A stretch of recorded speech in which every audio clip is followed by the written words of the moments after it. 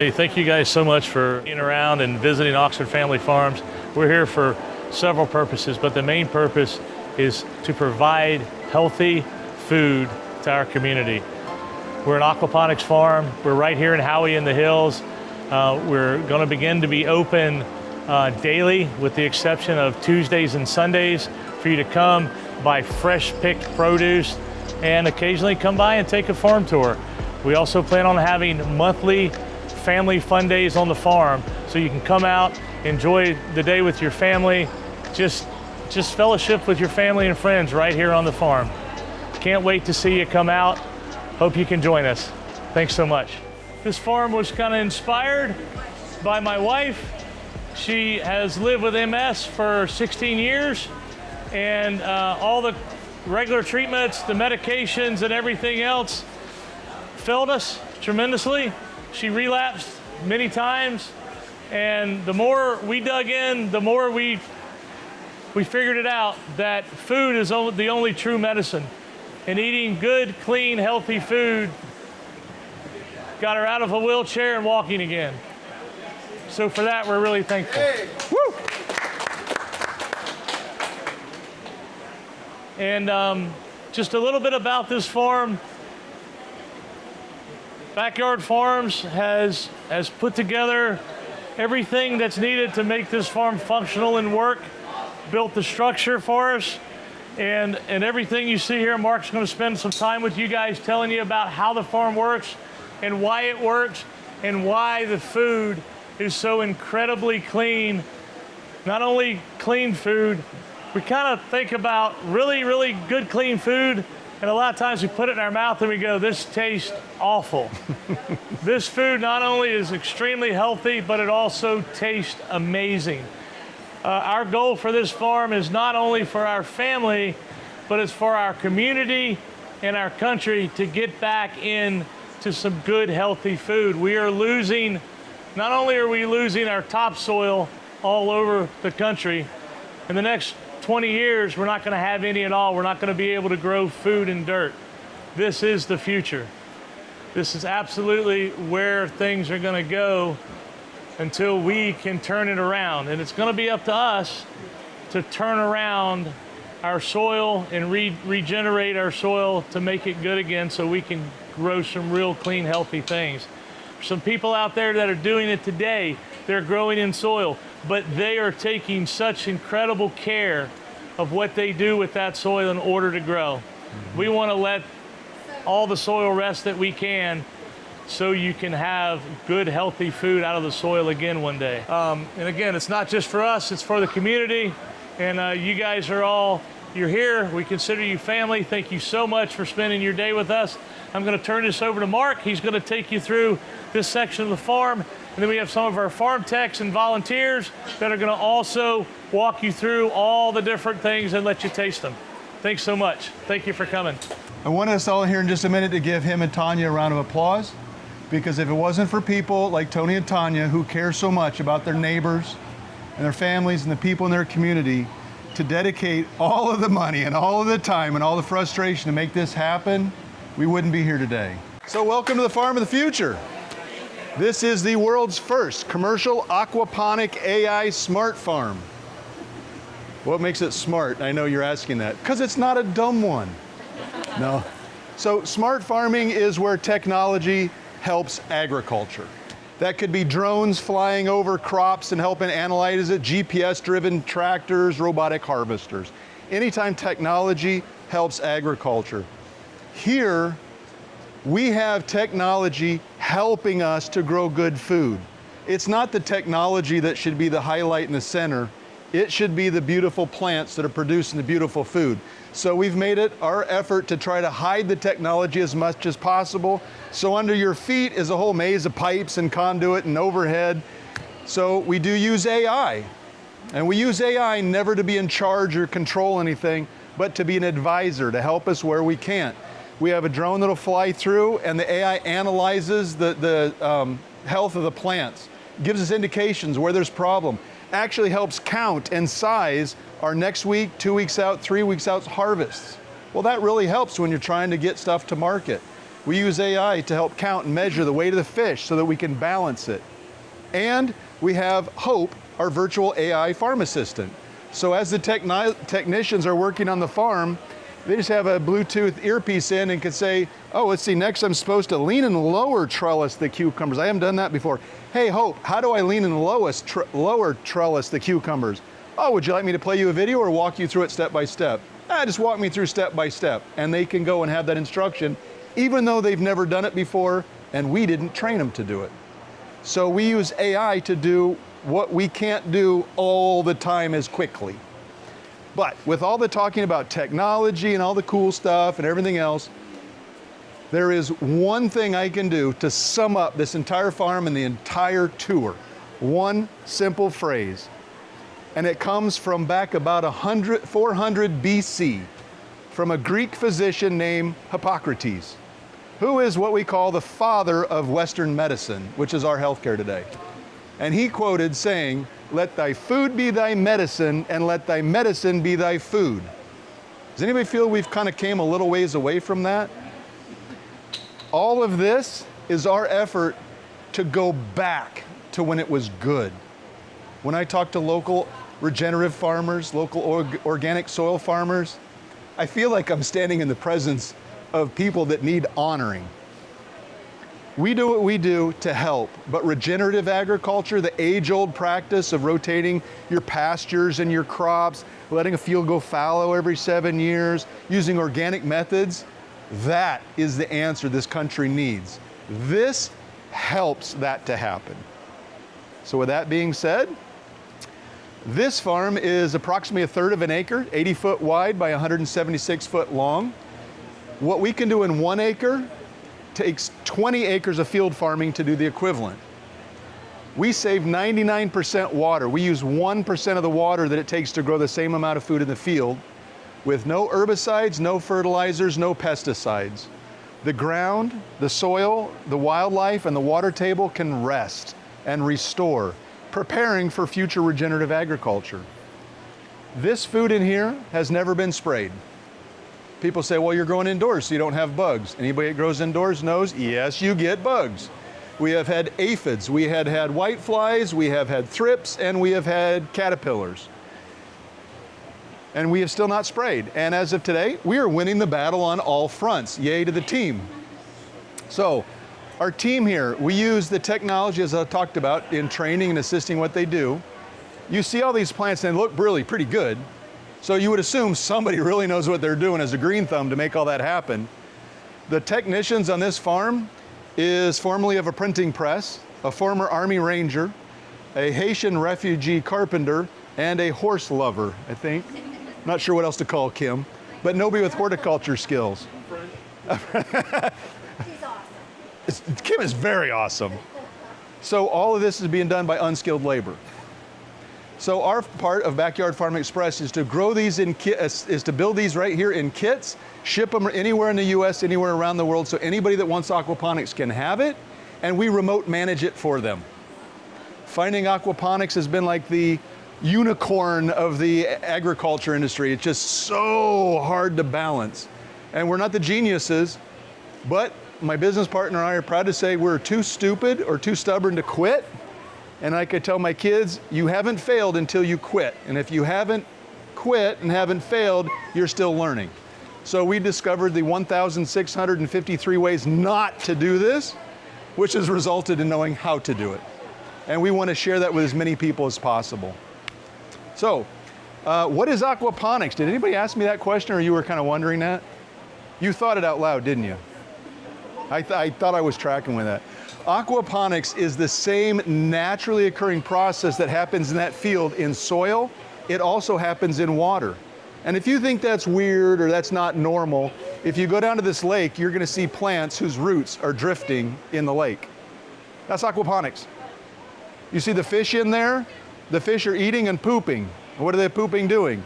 Feeding the bacteria that's in the water, and they are feeding the plants.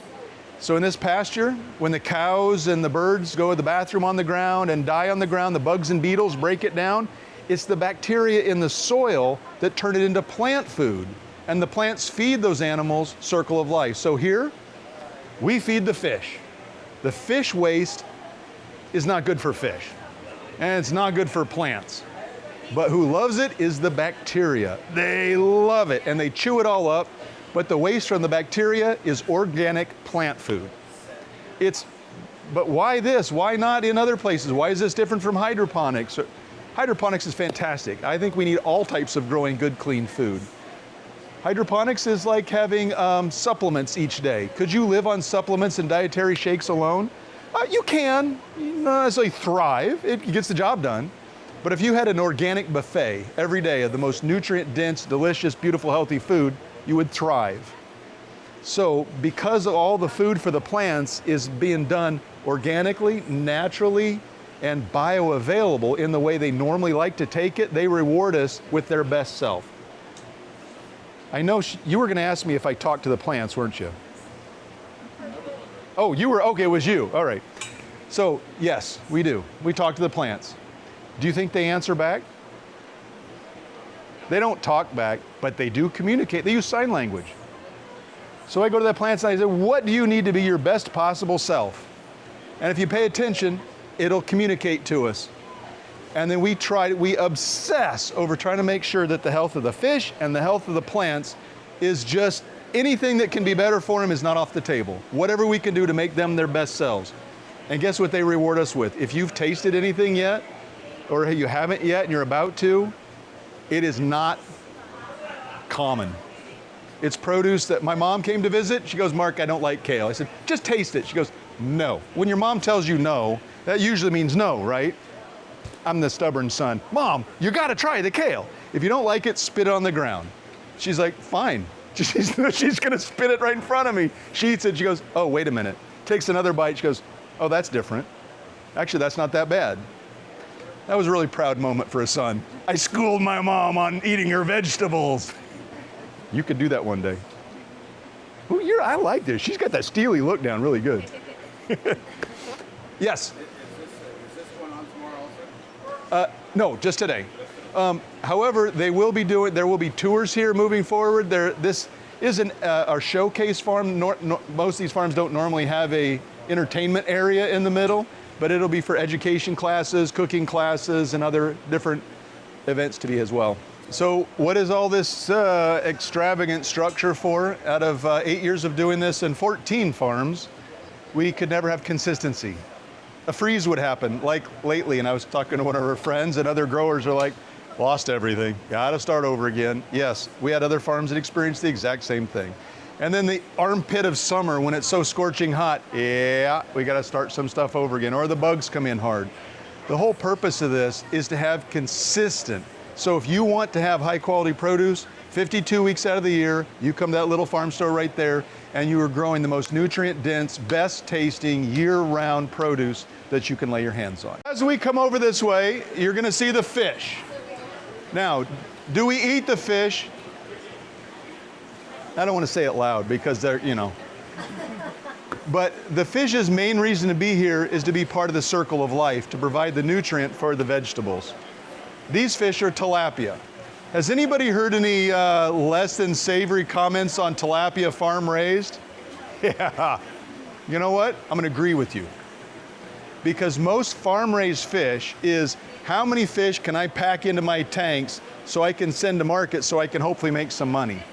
And what happens is you have to pack in so many fish that the density is so bad you can't even put in air, you have to put in liquid oxygen, and you can't even turn the water so fast that they're basically swimming in a toilet and they taste like it.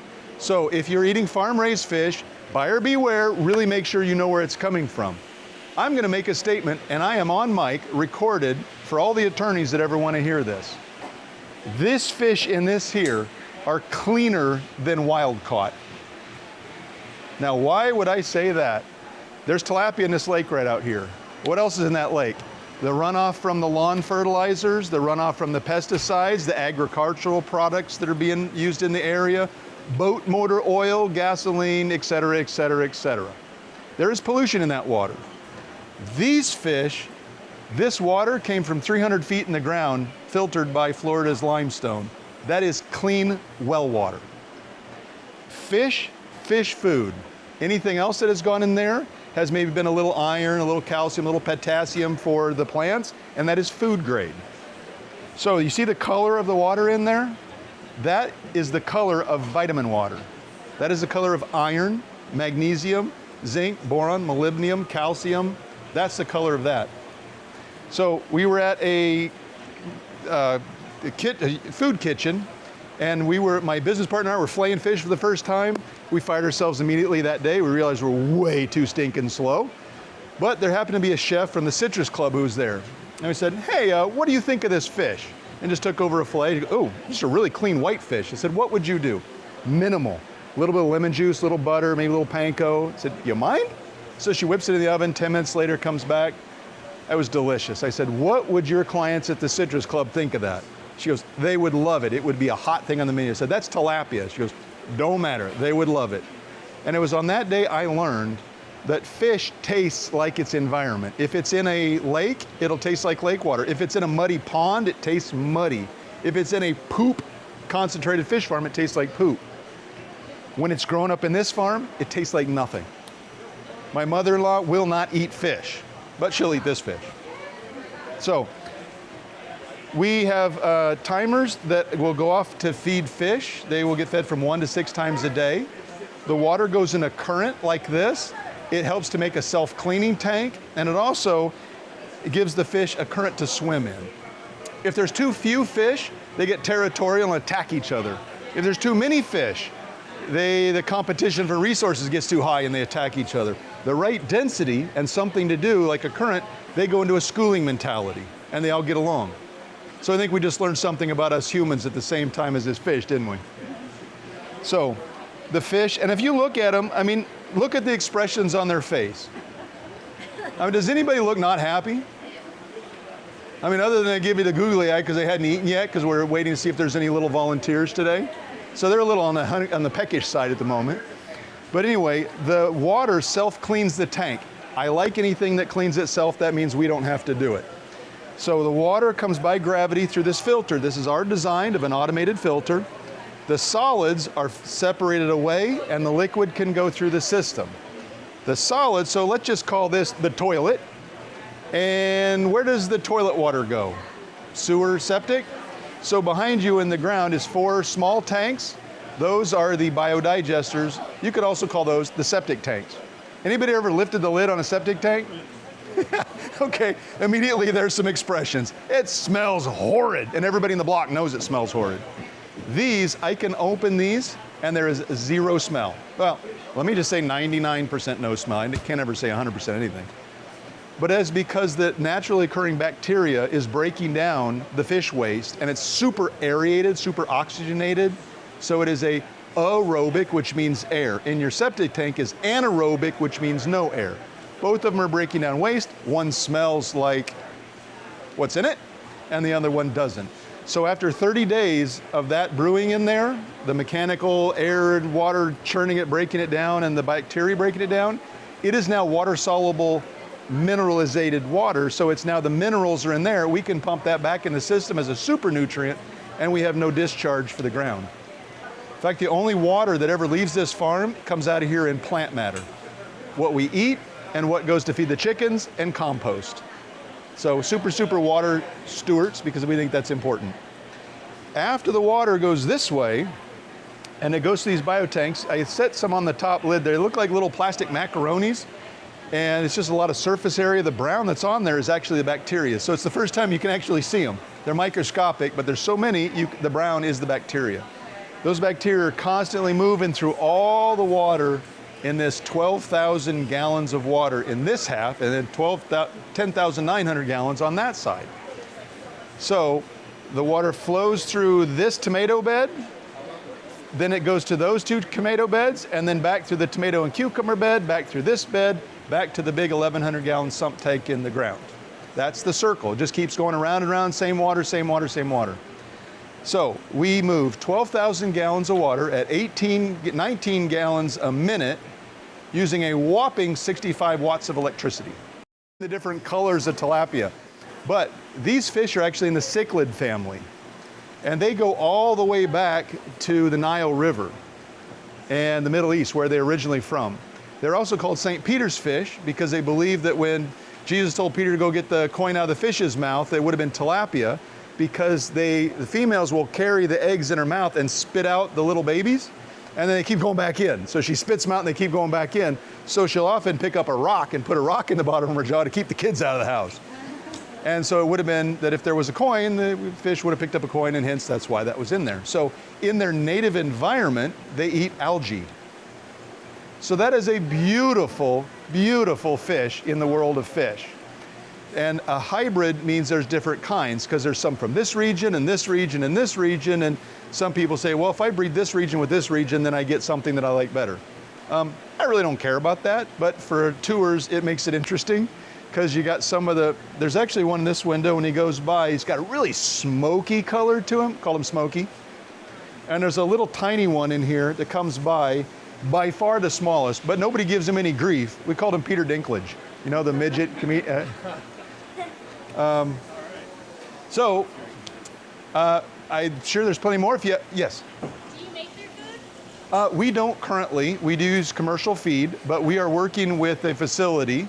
That's a much longer answer to that I would love to give you, but the short answer is we hope and intend that later this year we will be having our own food made for us, and we'd like the primary ingredient to be spirulina, because algae is their favorite and it's good for us, and we believe that that's going to give us better plants, better nutrition in the foods as well. One quick question. Yeah.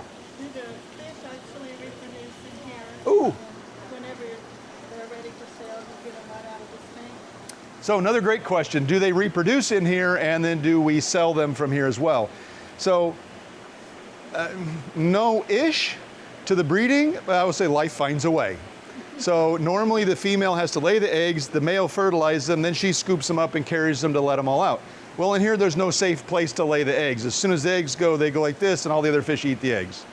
If the male was able to fertilize, and she was able to get some, then she has to let the little babies out that don't get eaten by the other fish and that don't get filtered out by the filter. So we intentionally make it, please don't breed in this system. So I'm so thankful, because we're going to start breeding them in that shipping container right there, and it does not have to be in my garage anymore. I shut that down a while ago. Rabbits have nothing on tilapia. I'm just going to leave it at that. And do we eat the fish? Yes. And people say, if you're going to eat them, don't name them. I totally disagree. That's fish taco 1. That's fish taco 13. That's fish taco 23 right there. So when they do get large, this is about 1 pound-ish maybe on these. There are some down in those tanks that are up in the 4, 5, 6 pound range. Usually about 1.5 pounds to 2 pounds is harvest size. However, if we let them get up to about 8, 9 pounds, like a good mature fish, and finish them for a few days in salt water, which they also can do a brackish, then we end up with sushimi grade fish. And we have a world-renowned sushi chef that is just waiting to come in here and provide us some of that wonderful fish. So yes, we will harvest them. And when we do, we just replace them with young ones right back again, and we do what we call a continual harvest. Not as much fish coming out of here as I would like, because they're for the system, but I say that's the sprinkles on the icing on the cake, that we get to eat them. Welcome to the first smart aquaponics farm. My name is Eli, and a little background about myself. I did 30 years of offset printing. If anybody knows what offset printing is those big machines that do the newspapers. I didn't do newspapers, but I ran those machines for 30 years. That's all I knew. Retired, came to Florida, got little odds and end jobs, not caring really, just making a little bit of money. But as I was growing up, I've always had a passion to grow stuff. I grew up in New York City, in the Bronx.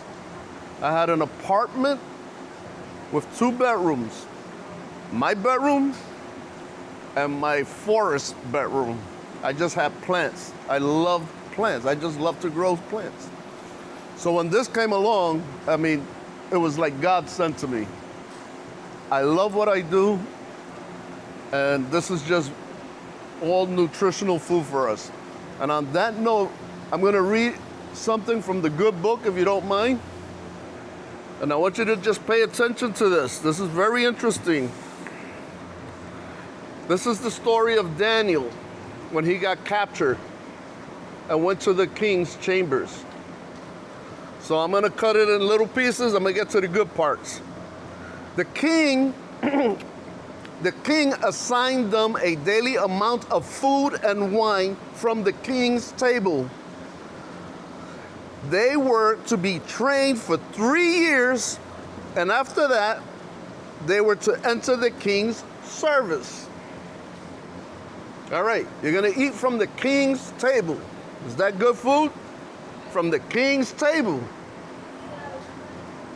For 3 years, and then after that, they'll be serving the king. Among those was Daniel. And then Daniel said he did not want to defile God by eating that type of food. But Daniel resolved not to defile himself with the royal food and wine, and asked the chief official for permission not to defile himself this way. Now God had caused the official to show favor and compassion to Daniel. But the official told Daniel, I'm afraid that my king, who assigned me to do this to you, is gonna get mad at me and kill me. Daniel then said to the guard, the chief who had appointed, please test your servants for 10 days. 10 days. Give us nothing but vegetables and water. 10 days, vegetables and water. Not that beautiful steak that you have up there and all that good pork and whatever. Just the veggies. Please test your servants for 10 days. Give us nothing but vegetables to eat and water. Then compare our appearance with that of the young men who eat the royal food from the kingdom. At the end of 10 days, they, meaning Daniel, the guys that ate the vegetables, after 10 days, they looked healthier, better, nutritional than the young men who were eating from the royal food. I find that so interesting. Eating healthy, veggies. You have a lot of stuff out there that you think is good and it looks pleasing to the eye, and all it's doing is hurting your body. 5 or 10 years, you say, why do I have arthritis? Why does my neck hurt? Why am I hunching back? All this processed chemicals in the system, in the food. Here, as Mark was explaining, is all rich nutrition from the tilapia. It all goes into the system. It keeps recycling nutritional value in here.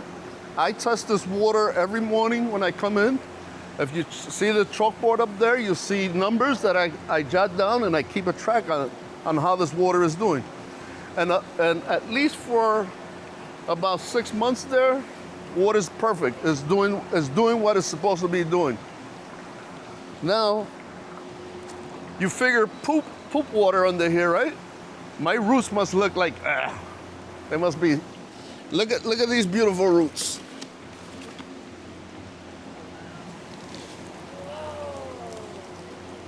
Those are the roots, nice and healthy. Drinking healthy water, healthy nutrition.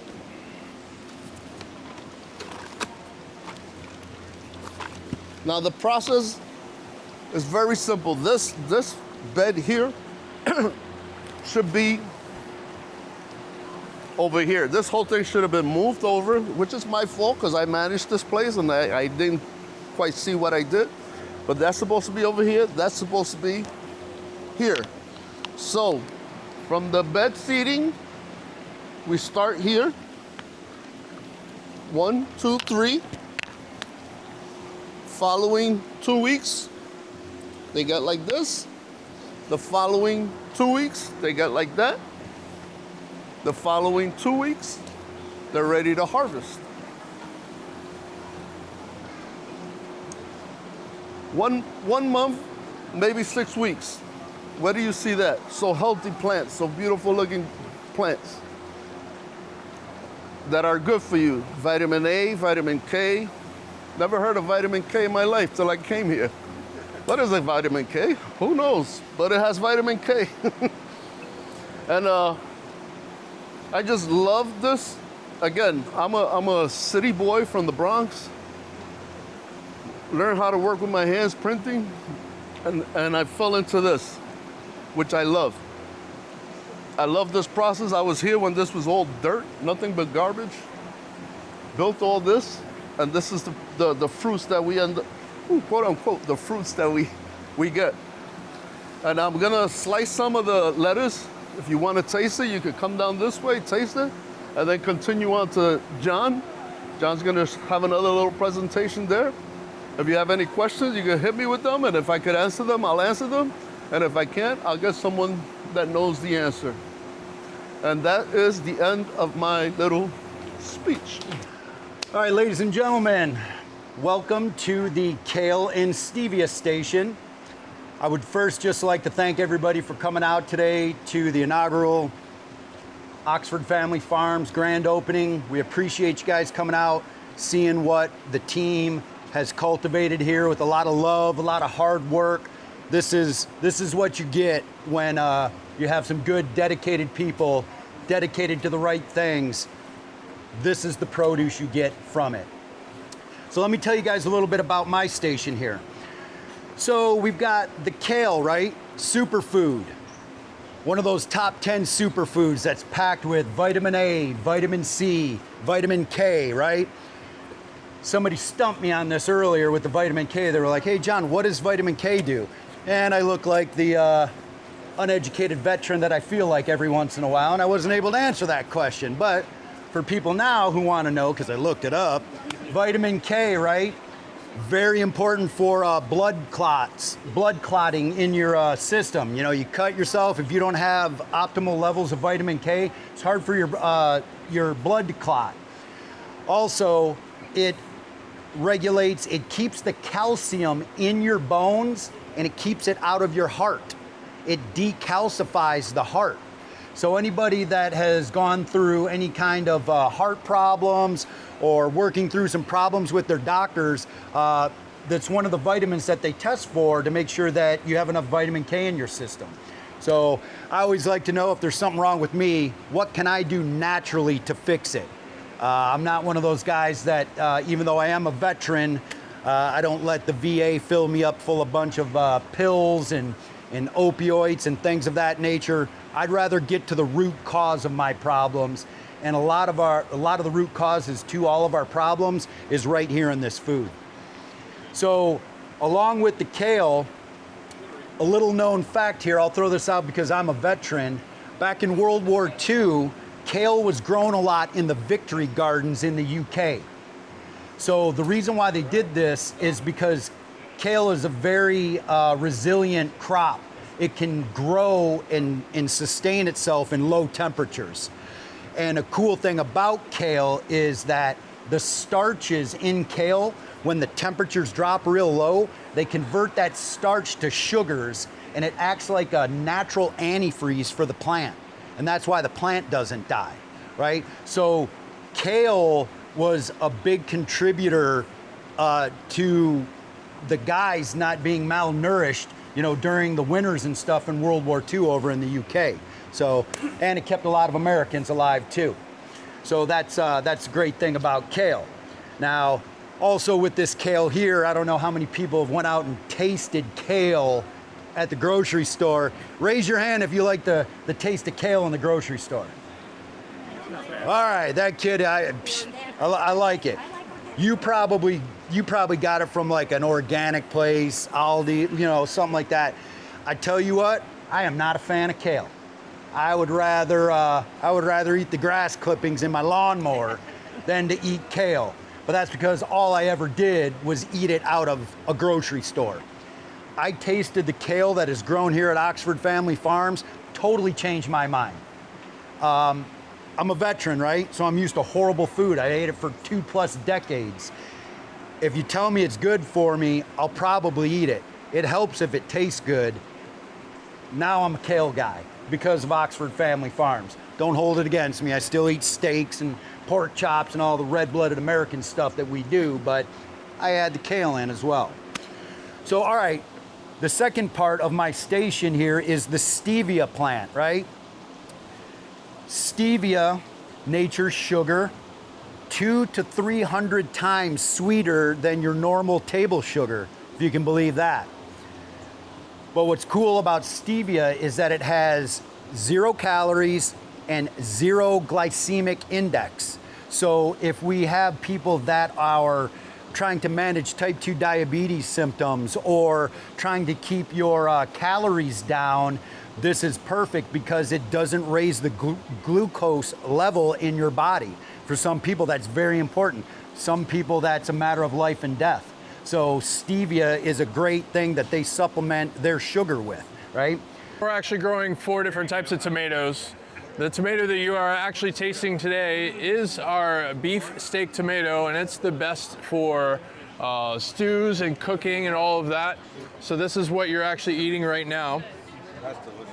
Then we also have our slicers. So this you'll find on sandwiches, burgers, and all of that. Our next tomato down is going to be our heirloom grape tomato, which is very not so common, and it's a little on the sour side.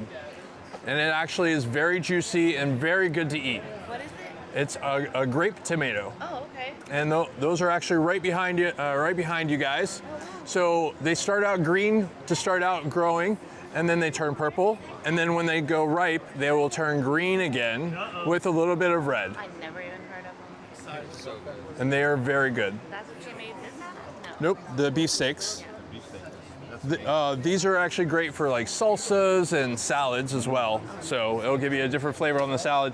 And then we also have our cherry tomatoes. These cherry tomatoes taste like candy. On in, you can try the cucumber water. What you see floating in the top is the flour off the cucumbers. I picked them. Oh, wow. They taste just like cucumbers. Yes. And these are unagi cucumbers. They originate from South Asia or Japan. And they're a little different than what you're going to buy in the store. Well, first of all, we don't spray. And they are a little sweeter with less seeds. So they're delicious. They're crisp. They're the best I've ever had. So behind you, you're going to see our babies. These are baby cucumbers. 2 days ago, this raft looked just like that raft up front, which are cucumbers. And this is a display behind you of what plants we pulled out. So for every nodule that you see here, it was a leaf and cucumber, maybe 1, maybe 2. And as we harvest, we clip those, and then this becomes the vine underneath. So they're on trellises, you'll see up there. They can grow up to 6 inches a day. So we have to trellis them twice a week on Mondays and Fridays. We have to pull them down to a certain level and then move them over. And then this part of the plant now becomes the vine, and you'll see as you walk by. So last week, I picked 156 cucumbers from this raft, and on this raft, I only picked 90. So that meant only 90. So this meant that these plants had grown to maturity, and it's time to move on. They had to go, say goodbye, and the babies had to come back out. So these will. What part? So everything that we have here is a crop, whether it is a compost crop, whether it is the fish, what the fish let off.